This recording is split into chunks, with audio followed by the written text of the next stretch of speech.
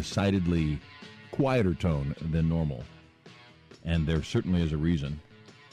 I want to make it through this segment without getting too emotional. Certainly, I'd prefer not to cry.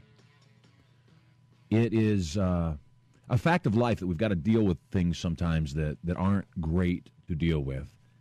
And, you know, while I do understand a lot about life, there are certain things that I don't understand, and they're very painful, and yet we all deal with them, and we all find ways to have them make sense, and certainly we can do things that will lessen pain and cause us to at least surrender to what goes on. I love my family very much, and, you know, as all of my siblings and my mom and all of us get older, it's apparent that obviously that sooner or later we're going to have to start dealing with some unpleasant things. And I'll tell you, no one in my family, immediate family, none of my brothers or sisters or mom has passed, although an extremely dear friend of mine passed yesterday. And, you know, you can't describe certain things. People told me that when my son was born, I would never be able to understand the feeling until he was born, and that's certainly been true. He's amazing. Every day he amazes me. My wife has been just absolutely unbelievably great as a mom. My son is so sweet every single day, and I'm learning every day, and he's learning every day. I have had two other friends of mine that I had for a long time as friends, true, genuine friends. The first was a friend that I met when I was 17. His name was Magic. And Magic was a Gotham's cockatoo. And I met Magic in 1979, and I had Magic all the way through 1998.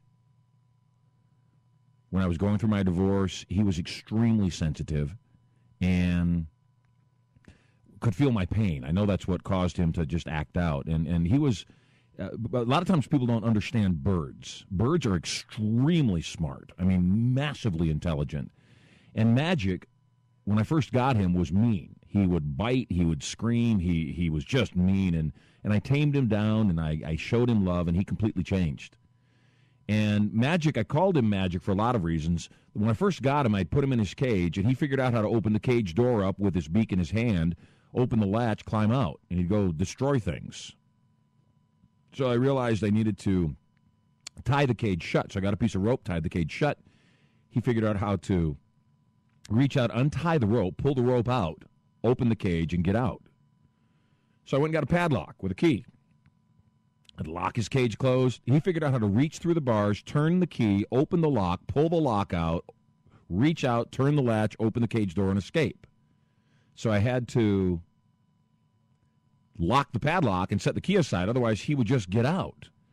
And he was so sweet. I would come home, open the cage door, and he would crawl out of the cage, crawl down the leg of the cage, run across the carpet, climb up my pant leg, just to sit on my lap, would roll over on his back, just so that I could scratch him under the wings and his neck. And this is a bird.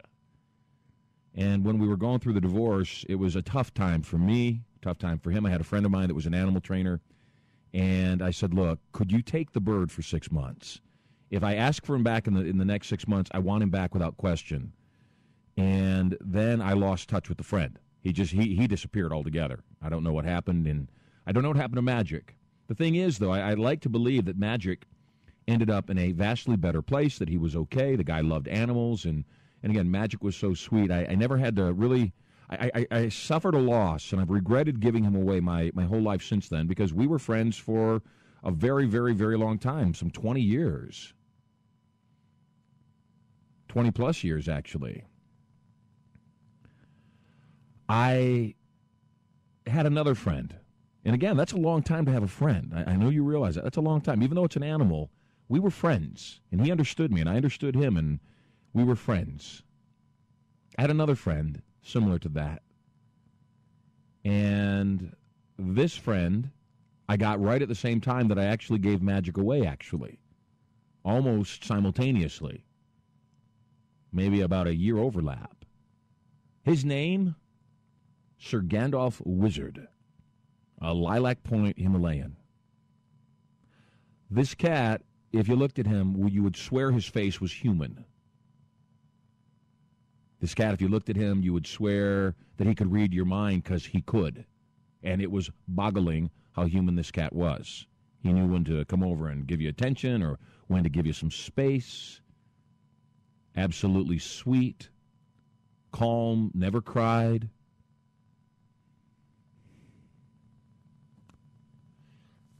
Yesterday morning, I got up and I walked into a room, one of the bedrooms in the palace, and I found Gandalf laying on the carpet. I went over to pet him, and I noticed that he didn't lift his head like he always does.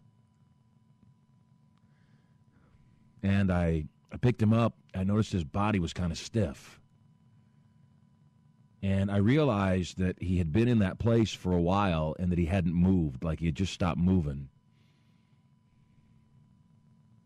I took him into the feeding room where he eats.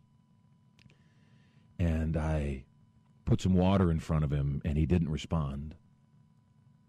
I took some food, some mackerel, poured it into a bowl, put his face near it, and he started to smell the juice, and he started to drink it. And then he started drinking it a lot. He couldn't quite chew or bite, but he was drinking the mackerel liquid, and so I poured more water into the mackerel liquid, thinking that maybe that would make him get both nourishment and hydration. He drank a lot. He drank an awfully lot. His head barely able to lift. When he got done drinking, he turned, and the litter box was right there, and he could barely get up on one leg, and then his other leg, his back legs still weren't functioning properly. I watched him drag himself the 2 feet over to the litter box and drag himself up over the litter box. He got in the litter box, his whole body was in, his face buried down in the dirt, too weak to even lift his head. And he did the right thing. He used the litter box to pee. And then when he was done, he couldn't move. He just collapsed in the litter box. I took him back out, attempted to get him some more liquid in his body. Erica fed him via dropper. Called the vet, got him over to the vet, and had him on IV and heating pad. And as you probably can guess, he didn't respond much. They gave him, some injections that were supposed to help, and he was on the phone. They were on the phone with us when we heard him getting the treatment. And the howling, the pain was insurmountable. Now, he'd been having challenges. He was about 14 years old, and he'd been having a lot of challenges. And there comes a point, as you know, if you've had pets, especially dogs and cats, that you're faced with that decision. Do we risk keeping them alive for another 24 hours when the diagnosis is they're almost certainly going to pass, knowing that the last hours of their life will be agony? Or do we, who knows, do the humane thing and say our goodbyes far apart? Hey, if I'm being immature and foolish and kind of childish to care so much for an animal, then I don't care what you call me. Today's show, I just say goodbye to my good friend, Sir Gandolf Wizard.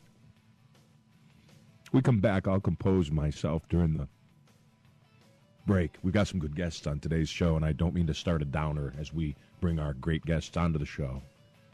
I'm just positive that, if you have a pet, heck, if you have a friend that you haven't really reached out to in a while, it'd be a good time to do it. You never know. And Gandalf, the one lesson I got from you yesterday is life is massively, massively precious, and I miss you already. You're loved. You are loved, guest, listener, friends. You're loved. And I just want to reach out through the airwaves and give you a hug and tell you that you mattered to me, just like my other son, Gandolf, mattered to me. I'm going to take a short break. I will compose myself, I promise. We'll be right back after this.